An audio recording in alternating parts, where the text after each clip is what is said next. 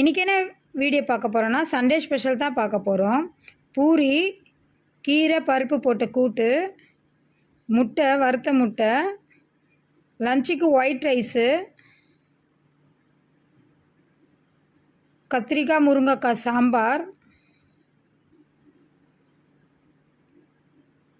அப்புறம் சொரா புட்டு.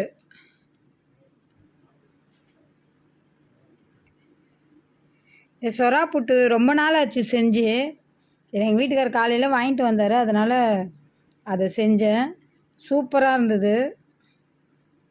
என் பையன் இது முட்டை பொடி மாசுன்னு சொல்லி சாப்பிட்டான்.